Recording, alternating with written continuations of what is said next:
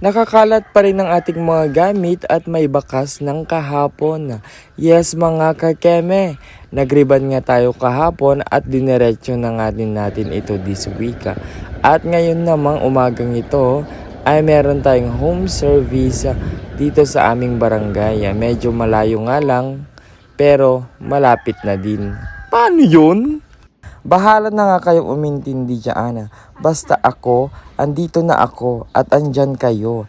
Andito na nga ako sa bahay ng aking client. At nakita ko na rin ang sitwasyon ng kanyang buhok at binabaran ko na rin ang gusto niyang kulay. At habang nakababad ang kanyang kulay ay nagchichikahan kami dyan at binigyan niya nga ako ng pampaganda.